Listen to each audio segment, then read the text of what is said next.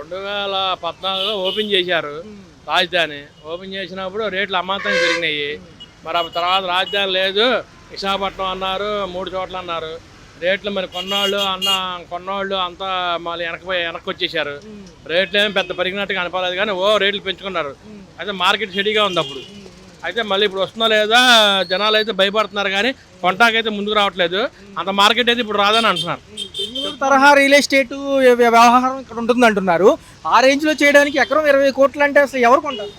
ఆ రేట్లో కొనేవాళ్ళు ఇప్పుడు సామాన్యుడికి మధ్యతరగతికి అందుబాటులో ఉంటే కొంటారు. అంత రేట్లు అంటే బయట ఫారెన్ కంట్రీ నుంచో ఇతర రాష్ట్రాల నుంచో బిల్గేట్సో లేకపోతే బాగా డబ్బు వ్యాపారం చేసేవాళ్ళు తప్ప మామూలు అయితే కొనలేరు. ఈ విశాఖపట్నం సైడ్ ఏమో ఎకరం 99 పైసలకి కంపెనీలు ఆకర్షిస్తానికి ఒక ఏదైతే స్ట్రాటజీ అంటున్నారు లోకేష్ గారు. మేబీ ఇచ్చినా ఇవ్వకపోయినా తర్వాత విషయం అనుకున్నప్పటికీ ఒకేసారి అమరావతిలో 20 కోట్లు అంటే రైతులేమో 44,000 ఎకరాలు ఇస్తే కనుక వాళ్ళ కౌలు డబ్బులే కదా వచ్చేది. మరి వాళ్ళే అమ్ముకుంటారు కదా సార్, ఆ రేటు ఉంటే కనుక ఎలా ఇది ఒక కులం, ఒక జాతి, ఒక కులం ద్వారా జరుగుతుంది మార్కెట్. అంటే ఒక కులం అక్కడ అందరూ కొనుక్కున్నారు, ఒక అగ్రకులం కొనుక్కున్నారు అక్కడ. దాని మీద నడుస్తుంది మొత్తం వ్యాపారం, రియల్ ఎస్టేట్ వ్యాపారం. వాళ్ళే అక్కడ మొత్తం రియల్ ఎస్టేట్ దందా చేస్తున్నారు. మరి అది ఎందుకంటే మళ్ళీ అక్కడే పెట్టారంటే, అంతకుముందు అక్కడే పెట్టారు, ఇప్పుడు అక్కడే పెట్టారు. ఒక్క కులమే అవ నడుస్తుంది అక్కడ, వాళ్ళే పెంచుకుంటున్నారు రేట్లు. మాజీ ప్రభుత్వాలు ఇప్పటికీ కూడా మేము అక్కడ కట్టము, ఎందుకంటే మోకాళ్ళ లోతు నీళ్లు వస్తున్నాయి. మొన్న గంట వర్షానికి మళ్ళీ నిండిపోయింది.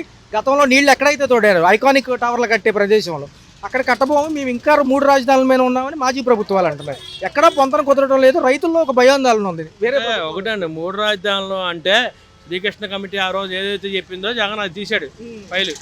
శ్రీకృష్ణ కమిటీ చెప్పింది తీశాడు, మూడు రాజధానుల ఫైలు తీశాడు. అది ఓకే అంటే 3 జిల్లాలకి సమన్వయం చేయాలని ఆలోచన చేశాడు, మంచిగా చేశాడు. కానీ ఇప్పుడు ఏంటంటే చాలామంది ఏంటంటే ఇక్కడే పెట్టాలి, ఇక్కడే చేయాలంటున్నారు.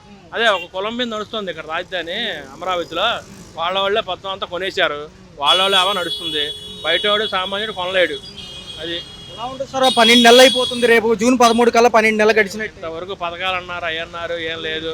ఈ నెలలో మే నెలలో తల్లికి వందనం రావాలి, ఉచిత బస్సు ప్రయాణం రావాలి, రైతులు పెట్టుబడి సాయం రావాలి అన్నారు, కానీ ఒకటి హామీ కూడా ఏం లేదు. 12 నెలలు అయిపోతుంది. ఒక పెన్షన్ మట్టుకు ఎత్తున్నారు పెద్దలకి, అది కూడా నడుస్తుంది. ఎలా సార్ మరి చూసుకుంటే మరి ప్రజలు ఎటువైపు ఉంటారు? దగ్గర ఇంకో 4 ఏళ్ళు ఇట్లాగే కనుక చేశారనుకోండి గవర్నమెంట్లో, జనాలు మళ్ళీ పెంచున్నాయి, ఇంకొక అంతకుముందు గవర్నమెంట్కి మళ్ళీ అవకాశం ఇస్తారు. పవన్ గారు సభలు సమావేశాలు తప్ప ఎక్కడా కనిపించడం లేదు. నిబద్ధతగా చేస్తారంటారా 4 ఏళ్ళు వీళ్ళంతా కూడా, లేకపోతే మధ్యలో జమిలీ ఎన్నికలు వచ్చి మళ్ళీ ఏదన్నా ఆయన ఒకే పార్టీకి డప్పా కొడుతున్నాడు, కానీ తన సొంత ఎజెండా లేదు.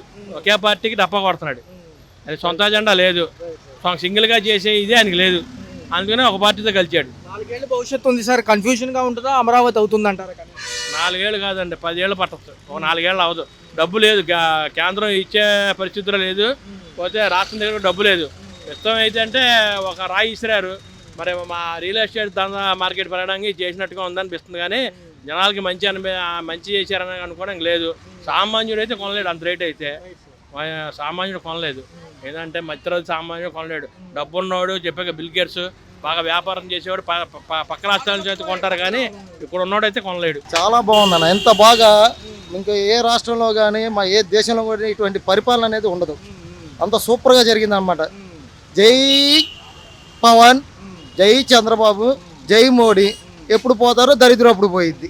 ఓకేనా? ఒక పక్క ఏమంటున్నాయంటే ప్రతిపక్షాలు సంవత్సర పాలన దగ్గరలో ఉన్నారు, రేపు జూన్ 13 కల్లా సంవత్సరం అయిపోతుంది.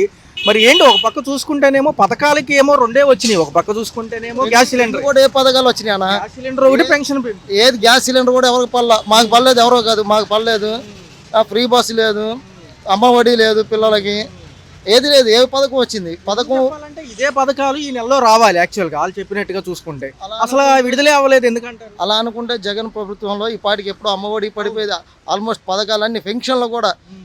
రీసెంట్గా మా ఇంటి దగ్గర ఒక పేషెంట్కి బాగోకపోతే ఆమె పెన్షన్ హాస్పిటల్కి ఇవ్వమంటే వాళ్ళ సార్ని అడగాలంట.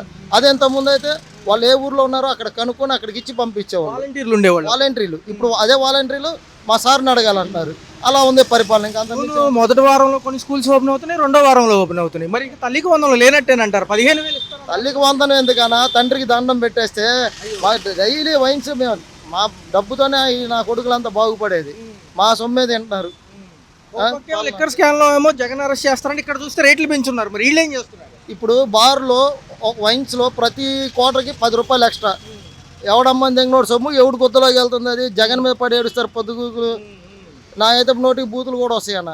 ఆయనది మీరు వేరే రకంగా చేసుకొని చేసినా ఆయన లాంటి పరిపాలన మీ జీవితంలో చేయలేరు, రాదు కూడా. ఒక పక్క మోకాళ్ళ లోతు నీళ్లు మొన్న వర్షానికే మునిగిపోయింది ఐకానిక్ టవర్ ఏరియా మొత్తం అక్కడ. మరి ఇప్పుడు ఎలా కడతారు, ఏం చెప్తున్నారు అర్థం కావట్లేదు జనాలకి. చెప్పండి ఒక్క నిమిషం. సింపుల్గా చెప్తాగా, ఇప్పుడు షిప్లు ఉన్నాయి కదా, అలాగే షిప్లోనే భవనం కట్టేస్తారనమాట, రాజభవనం. డైరెక్ట్ షిప్పే, నీకు ఎంత లోతు, మోకాళ్ళ లోతు కాదు, నీకు తాటి చెట్టు లోతు వచ్చిన నీరు పైన తేలాడుతూ ఉంటుంది. ఈయన హెలికాప్టర్లో వచ్చి మీటింగ్ పెట్టుకొని వెళ్ళిపోతాడు. ఏం పథకాలు ఇచ్చారు? ఒకటేమో పెన్షన్ పెంపు అంటున్నారు, రెండోదేమో ఏదైతే గ్యాస్ సిలిండర్ పథకం అంట. గ్యాస్ సిలిండర్ ఒక్కసారి వేసారు 812 రూపాయలు ఎంతో. ఇక అది సంవత్సరానికి ఆయన ఎన్నిసార్లు ఇస్తాన్నాడో తెలియదు. మరి తర్వాత సంవత్సరానికి 3 చనిపోయి, మా మామయ్య గారు ఆగస్టులో చనిపోయారు, 70 ఏళ్ళు. మా అత్తగారికి 63 ఏళ్ళు, ఇంతవరకు పింఛన్ వాళ్ళ. మా ఇంటి వెనకాల సచివాలయం, ఎన్నిసార్లు తిరిగాము. అది విషయం. గతంలో ఏదన్నా అవసరమైతే ఇలాంటి విషయాలకు వాలంటీర్స్ ఉండేవాళ్ళు, వాళ్ళు లేరు. దగ్గర సంవత్సర కాలం అయిపోతుంది, వాళ్ళు తీసుకునే యోచన కూడా లేదంటున్నారు. మరి చూసుకుంటే సచివాలయంలో ఎవరు కూడా సరిగ్గా పనిచేయట్లేదు అనేది కంప్లైంట్స్. ఎవరైతే సచివాలయం స్టాఫ్ ఉన్నారో ఎలా అనిపిస్తుంది? సచివాలయం స్టాఫ్ ఉన్నారు, కానీ ఎప్పటికప్పుడు తిప్పిస్తూ ఉన్నారు. ఒక 63 ఏళ్ళు ఆమె చాలా ఇబ్బంది పడుతుంది ఆ 4000 కోసం. మళ్ళీ మేము కూడా మధ్యతరగతి వాళ్ళు, మాకు సొంత ఇల్లు లేదు, స్థలము లేదు. గతంలో మంగళగిరిలో ఏదో ఇచ్చా అన్నారు, అది మళ్ళీనేమో క్యాన్సిల్ అన్నారు గత ప్రభుత్వంలో. ఏపీ టిట్కో ఇల్లు కానివ్వండి, గతంలో జగన్మోహన్ గారు, తర్వాత అవి మళ్ళీ టీడీపీ హయాంలో కానివ్వండి, అన్నీ కూడా స్తంభించిపోయాయి. డిసెంబర్లో పంచుతామన్నారు. ఎవరికైనా వచ్చిన సూచనలు ఉన్నాయి సరౌండింగ్స్లో? ఇప్పుడు ఉన్న ఈ ప్రభుత్వంలో అమ్మఒడి అవి ఇవి ఇస్తా అంటున్నారు. అవి ఇస్తారో ఎవరో తెలియదు. కానీ ఇప్పుడు మా పాప 10th క్లాస్ చదువుతుంది. జగన్ ప్రభుత్వంలో 5 ఏళ్లకు 2 సార్లు అమ్మఒడి పడింది. ఇప్పుడు ఈ ప్రభుత్వం కూడా ఏమి ఇస్తా ఉంటుంది ఏంటో తెలియదు. యాక్చువల్గా తల్లికి వందనం మేలో రావాలి, ఆల్రెడీ 2వ వారం కూడా వచ్చేసింది మే నెలలో. మరి ఏమంటారు సార్, తల్లికి వందనం మరి 7,500 చొప్పున అని చెప్పి మళ్ళీ చెప్పారు మొన్న. మరి అదన్నా ఇస్తారా? 2 దఫాలుగా ఇస్తామంటున్నారు. మరి ఏం చెప్తారు? ప్రభుత్వాల దగ్గర ఖజానాలో డబ్బులు ఉన్నాయంటారా? ప్రభుత్వం దగ్గర డబ్బులు ఆయన బాగానే తిరుగుతున్నాడు. పవన్ కళ్యాణ్ ఏమో ఏమన్నా ప్రాబ్లమ్స్ వస్తే ఇక మాలేసేస్తాడు. ఈ మన చంద్రబాబు గారేమో పబ్లిసిటీ. అసలు వీళ్ళేమి చేసేది ఏమైతే మాకేం అర్థం కావట్లా. ఇప్పుడు ప్రకారం చూసుకుంటే ఈ అంశాలన్నీ పక్కన పెట్టి రైతుల దగ్గర 44,000 ఎకరాలు తీసుకుని రియల్ ఎస్టేట్ చేస్తాము బెంగళూరు తరహాలో అంటున్నారు. వీళ్ళకి ఇచ్చేదేం కౌలు డబ్బులు, అక్కడేమో ఎకరం 20 కోట్లు. ఏం జరుగుతుంది అమరావతిలో? మోకాళ్ళ లోతులు నీళ్ళు మొన్న 1 గంట వర్షానికే నిండిపోయింది. మళ్ళీ ఎప్పుడు కడతారో ఏంటో తెలియదు. కానీ అంత దూరం వెళ్ళాలంటే సామాన్య మానవులకు ఇబ్బందే. మళ్ళీ ఎక్కడో అనంతపురం నుంచి ఇక్కడికి రావాలి, వైజాగ్ నుంచి ఇక్కడికి రావాలి అంటున్నారు. ఎలా ఉంది సార్? అంటే జరుగుతుంది, అంత పెద్ద కట్టడాలు నిలుస్తాయి అంటారు. అంతకుముందు శ్రీకృష్ణ కమిటీ కూడా వద్దంది, మళ్ళీ ఎట్లా అయితేనే అమరావతిని గాడిలో పెడదామని తీసుకొచ్చారు. సరే ఏది ఏమైనప్పటికీ కూడా మరి 20 కోట్లు అంటే 1 ఎకరం సామాన్యుడు ఎంత పెద్ద కంపెనీలోనైనా ఇక్కడ కొని స్థాపిస్తారు. అది ఇక్కడ తేలప్రోలు అండి, గన్నవరం పక్కన. ఎకరం 30 లక్షలు కొనడానికే ఇబ్బంది పడుతున్నారు. అక్కడ అంత ఎందుకు పలుకుతుందో తెలియదు. బాగానే ఉంది సార్. పనులు ఉన్నాయా? పర్లేదా? అంటే ఏం లేదు సార్, అదే పథకాల వైపు చూసుకుంటే అన్ని అందుతున్నాయా లేదా? అందుతున్నాయి సార్. ఈ నెలలో తల్లికి వందనం ఒకటి రావాలి, పిల్లలకు 15,000, 7,500 చొప్పున ఇస్తామని చూసుకోవాలి కదండి. మన కుటుంబం బతకడానికి మనకి ఇబ్బంది పడుతున్నాం. అలాంటి అందరినీ చూడాలంటే టైం పడుతుంది కదా. మరి గ్యాస్ సిలిండర్లు వస్తున్నాయా? దానికి డబ్బులు పడ్డం అన్ని బాగానే ఉన్నాయి సార్. ఎలా ఉంది సార్? అంటే రోడ్ల వ్యవస్థ ఎలా ఉంది? అది కూడా బాగానే ఉంది సార్. నిత్యావసర సరుకులు ధరలు ఎలా ఉన్నాయి? ధరలు ఏముందండి, కొంచెం మరి సరుకుని బట్టి రేటు ఉంటుంది కదా సార్. అది కరెంట్ ఛార్జీలు ఏమైనా ఇబ్బంది పెడుతున్నాయా? సామాన్యంగా సామాన్యంగా ఉన్నాయి సార్. టోటల్గా చూసుకుంటే 11 నెలలు 12 నెలలు. అవునండి, బాగానే ఉందండి, ఇబ్బంది ఏం లేదు దేవుడి వల్ల. ఏంటి సార్ మరి పవన్ కళ్యాణ్ గారు చేయగలుగుతారా ఈసారి? అది నేను చెప్పలేను సార్, చెప్పలేను. టోటల్గా ఏమంటారు? అంటే అన్ని విధాలుగా బాగుందా, లేకపోతే కొన్ని సమస్యలు ఉన్నాయంట? సమస్యలు ఉన్నాయంటండి, కొంతమంది ఉంటాయి, లేకుండా ఎలా ఉంటాయండి, సమస్యలు ఉంటాయి. కానీ అన్నీ చేయాలంటే ఎక్కడ అవుద్దండి, ఇప్పుడే డెవలప్ అవుతుంది. మళ్ళీ అమరావతి పునర్శంకుస్థాపన అయింది మొన్నే. అవునండి. అవును, కొద్దిగా డెవలప్ అయితే అందరికీ పనులు ఉంటాయండి దేవుడి దయ వల్ల. అది మన బాబు గారు దయ వల్ల అందరికీ పనులు ఉంటాయి. అది అందుకే కదండి, అదే ప్రయత్నంలో ఉన్నారు పాప. ఆయన కూడా సుఖంగా లేకుండా ఇదే పని మీద ఉన్నారు ఆయన కూడా. రాబోయే 4 ఏళ్ళ భవిష్యత్తు ఎలా ఉంటుంది? కంపెనీలు ఉద్యోగాలు వస్తాయి అంటున్నారు. వస్తాయి, డెఫినెట్గా వస్తాయి సార్. డెఫినెట్ వస్తాయి, ప్రతి ఒక్కరు హ్యాపీగా ఉంటారు. 20 కోట్లు అయితే ఆయన చూసేదండి వచ్చు, ముఖ్యమంత్రిని చూస్తా టీవీలో. కందిపప్పు అన్నాడు ఇవ్వట్లా. మరేంటి 20 కోట్లు మనం కొనగలవా? 20 కోట్లు పెట్టి 1 ఎకరం కొనగలవా మనం? ఎవరి దగ్గర ఉన్నాయి? అదే అంటున్నా. యాక్చువల్గా ఏమంటున్నారంటే రైతులు అంత ఉంటే మేమే అమ్ముకుంటాం కదా, మీకు భూములు ఇచ్చేది ఏంటంటే? కందిపప్పు ఎత్తా అన్నాడు అయ్యి కందిపప్పు కిలో 60 కందిపప్పు డబ్బులు లేవుగా మరి ఖజానాలో, ఆ? కందిపప్పుకి డబ్బులు లేవుగా ఖజానాలో, ఆ. వాళ్ళే అంటున్నారు కదా లేవని. ఆ. మరి ఏంటి రేషన్ కూడా సరిగ్గా ఇవ్వట్లేదు ఎవరికి? అన్నీ వస్తున్నాయి రేషన్లో. పందార వస్తుంది, బియ్యం వస్తుంది. ఏంటి మరి తదుపరి ఎలా ఉంటుంది? ఈ ప్రభుత్వం చేయగలదా? 4 ఏళ్ళ భవిష్యత్తు ఉంది ప్రభుత్వానికి. వీళ్ళు చెప్పినవి అన్నీ చేయగలుగుతారా? పవన్ కళ్యాణ్ గారు చెప్పారు, బాబు గారు చెప్పారు, లోకేష్ గారు చెప్పారు కదా, ఏమంటారు?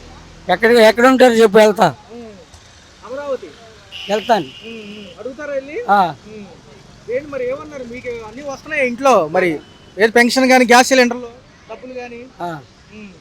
పెన్షన్ వస్తుంది, గ్యాస్ సిలిండర్ పెంచేశాడు, కరెంటు బిల్లు పెంచేశాడు. రోడ్లు ఎట్లా ఉన్నాయి? ఆ? రోడ్లు అట్లాగే ఉన్నాయి, బాగు చేశారు రోడ్లు. బాగు చేశారు. అంతా బాగానే ఉందంటారు అయితే. ఆ.